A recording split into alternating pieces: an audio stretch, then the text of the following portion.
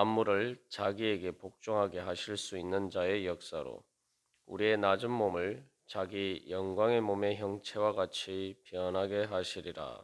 아멘. 사도 바울은 빌립보서 3장 21절에서 최종적인 구원의 완성으로서 몸의 부활을 소망하면서 그 믿음에 대한 신앙 고백을 하고 있습니다. 근데 사도 바울이 이렇게 소망의 확신을 가지고 자기의 몸을, 우리의 낮은 몸을 예수님의 영광의 몸의 형체와 같이 변화될 것이다 라고 믿을 수 있는 근거를 또한 이야기를 하고 있습니다. 그 믿음의 근거가 되는 것은 바로 예수님이 역사하시기 때문이다. 근데 그 예수님이 역사하시는데 그 능력이 어떤 능력이냐? 만물을 자기에게 복종하게 하실 수 있다. 그래서 여기서 이 만물이라는 것은 말 그대로 모든 것이다라는 의미입니다. 그리고 이 복종하게 하실 수 있다라고 이야기하고 있는데 이것은 빌립보서 2장에서 2장 9절에서 11절까지 예수님께서 바로 십자가에서 죽으셨지만 그러나 예수님께서 그렇게 자기를 낮추셨지만 하나님께서 그를 높이셔서 바로 모든 무릎을 예수의 이름에 꿇게 하시고 모든 입으로 예수 그리스도를 주라 시인하도록 하셨다. 이 말 그대로 이것이 만물의 예수 그리스도께 복종하게 하셨다라는 거죠. 그래서 여기서 하실 수 있다라고 하는데 이것은 단순히 뭐 가능성을 이야기하는 것이 아니라 원문상의 의미는 이 능력을 이야기하고 있습니다. 그래서 이 예수님께서 그렇게 만물을 복종하게 하실 수 있는데 특별히 2장 10절 11절에서는 무릎을 꿇게 한다라고 한 것보다 더 강한 의미로 복종하게 하실 수 있다. 그렇게 이야기를 하고 있습니다. 이게 바로 예수 그리스도의 능력이라는 거죠. 사도 바울이 빌립보서 3장 20절에서 그리스도와 그 부활의 권능에 참여하고자 한다.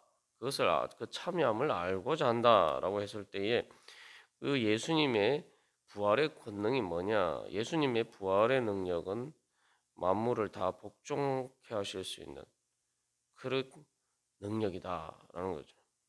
그런 능력은 오직 예수 그리스도에게만 있는 것이고 그렇기 때문에 우리가 예수 그리스도를 통해서만 구원받을 수 있고 또한 그 은혜를 통해서만 구원받을 수가 있는 것이죠.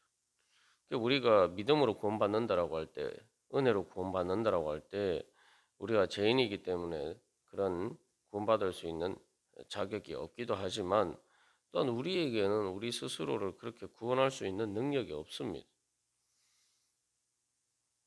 예수님께서 부활하시고 또 부활하신 예수님만이 바로 우리를 구원할 수 있는 능력이 있다.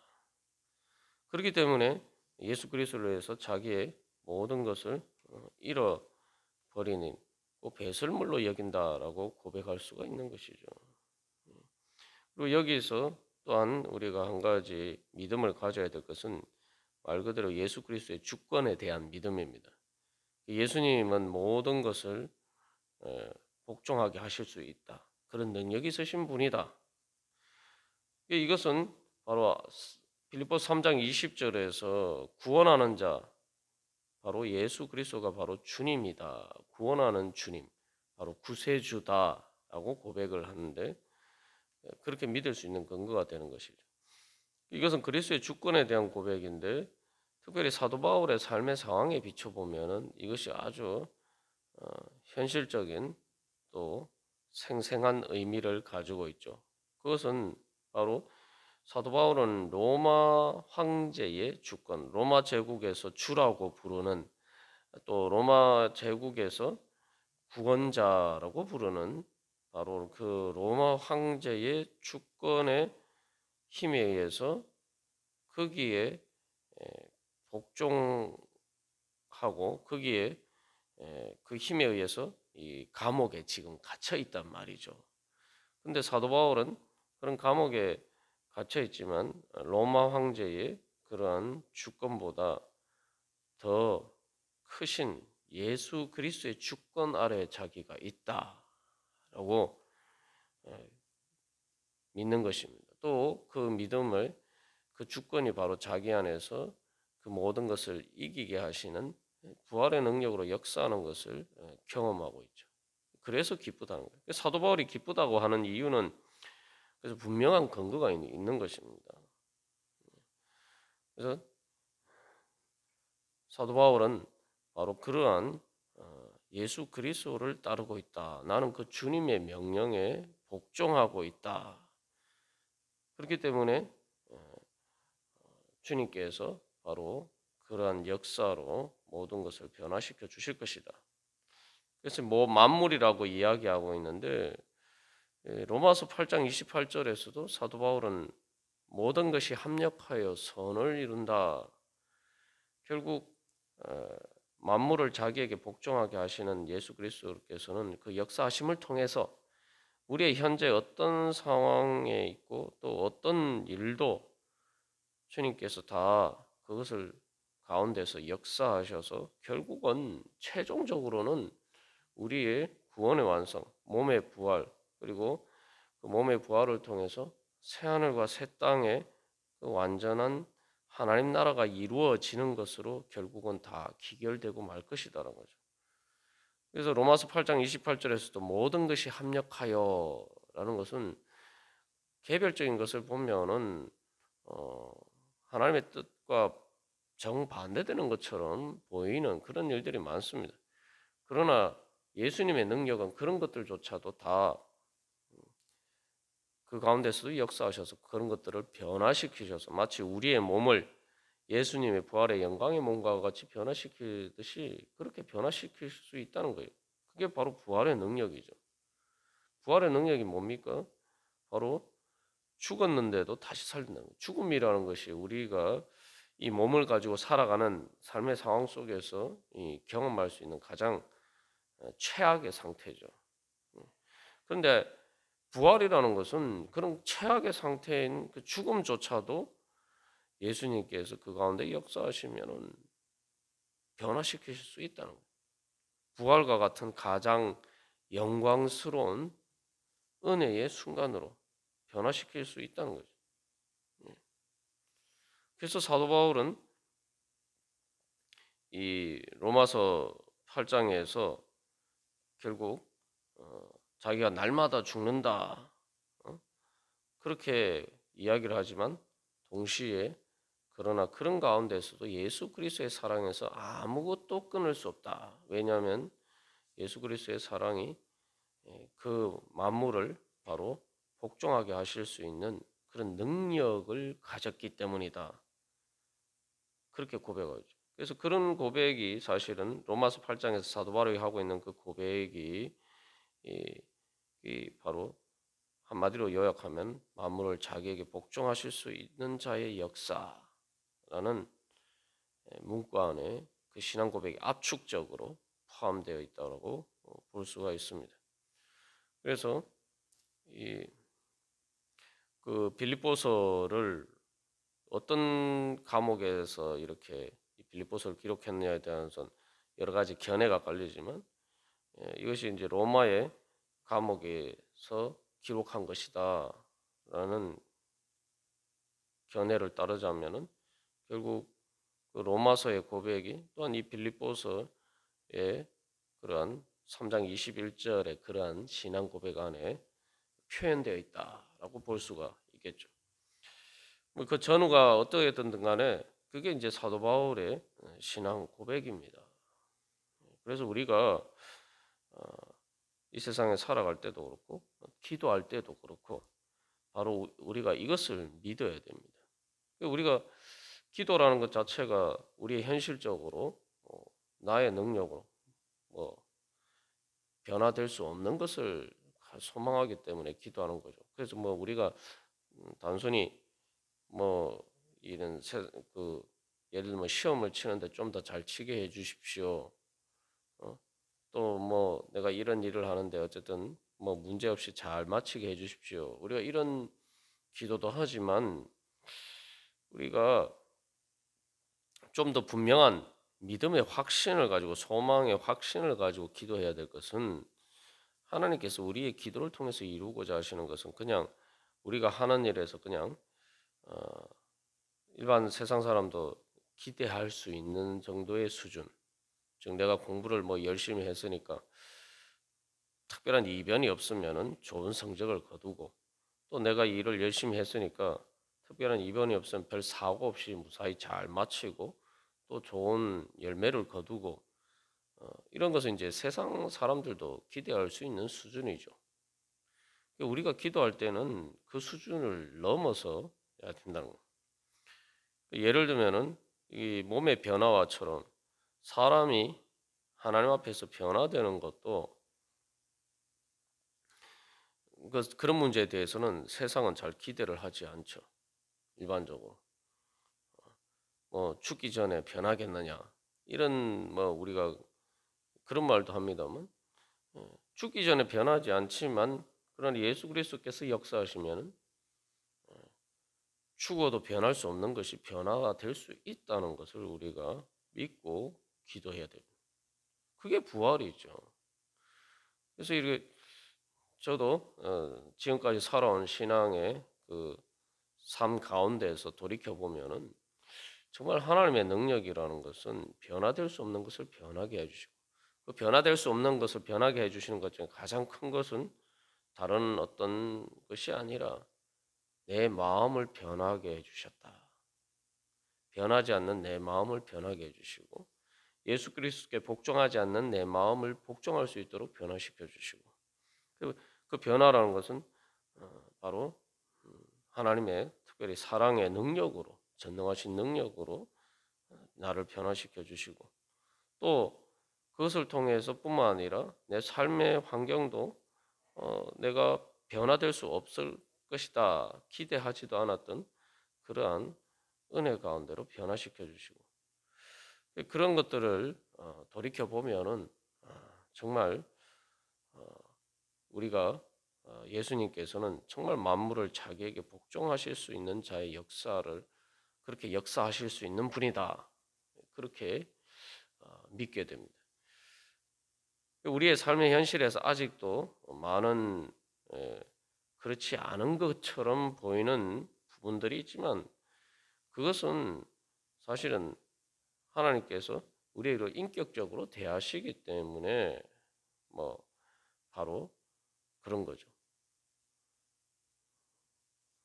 그래서 뭐 자연 만물처럼 무생물처럼 그렇게 주님께서 우리를 대하시는다면은 모든 것을 주님께서 그렇게 주관하실 수 있지만 그러나 우리를 인격적으로 대하시기 때문에 우리를 길이 참으시고 이 때문에 우리가 주님의 사랑에 스스로 우리가 자발적으로 복종할 수 있도록 그래야지 예수 그리스도의 그 부활의 능력을 우리가 힘입을 수가 있는 것이죠.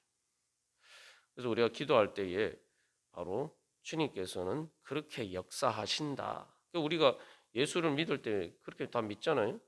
내가 예수 믿고 죽는 순간에도 몸이 죽어도 내 영혼이 천국에 가고 또한 마지막에 이 몸도 부활해서 지금의 몸과 전혀 다른 바로 영광의 몸으로 변화될 것이다.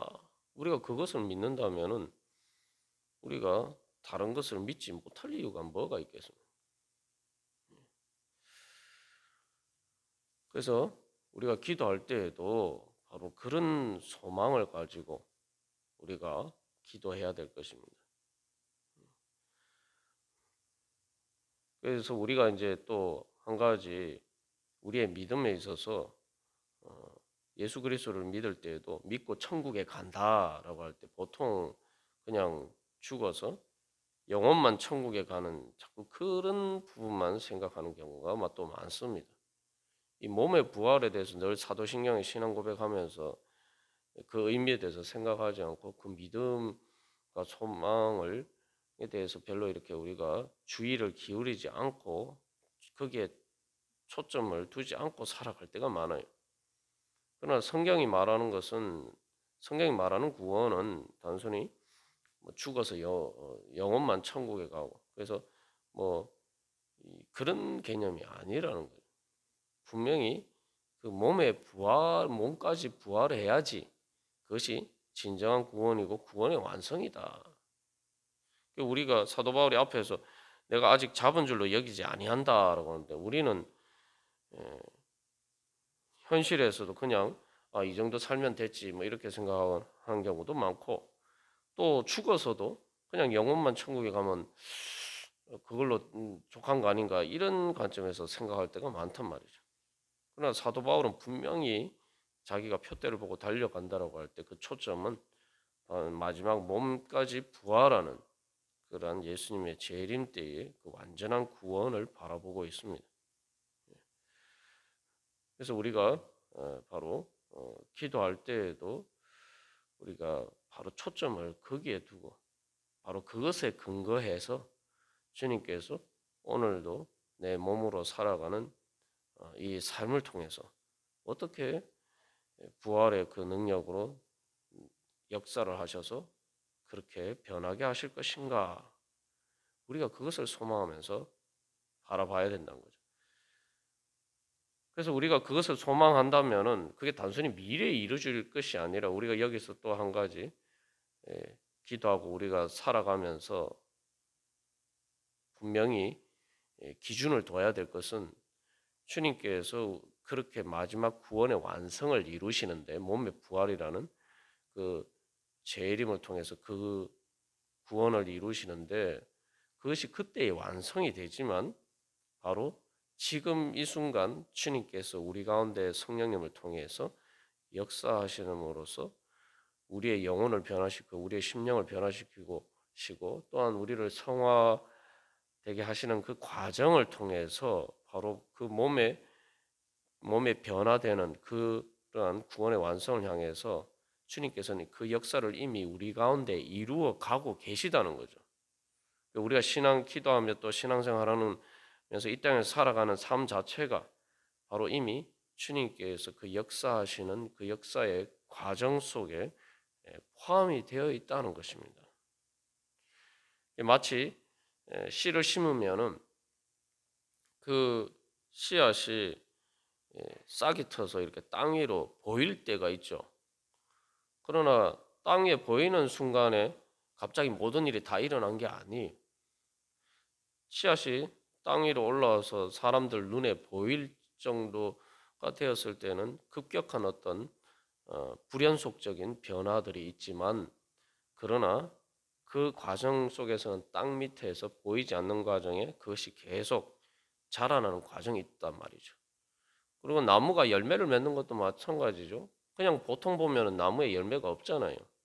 그러나 그 나무가 존재하면서 자라가고 잎을 내고 또 꽃을 피우고 그 모든 과정이 바로 열매가 보이지는 않지만 그러나 그 열매를 맺어가는 과정 속에 있습니다. 우리가 바로 몸의 부활을 향해서 나아가는 우리의 신앙의 과정도 마찬가지입니다. 그래서 우리가 다시 한번 그런 소망을 가지고 주님께서 오늘 어떻게 내 기도와 내 삶 가운데 역사하실 것인가 우리가 그 주님의 역사를 따라서 오늘도 기도하시고 그 부활의 소망으로 살아가시고 부활의 능력으로 살아가시기를 간절히 바랍니다. 다 같이 기도드리시겠습니다.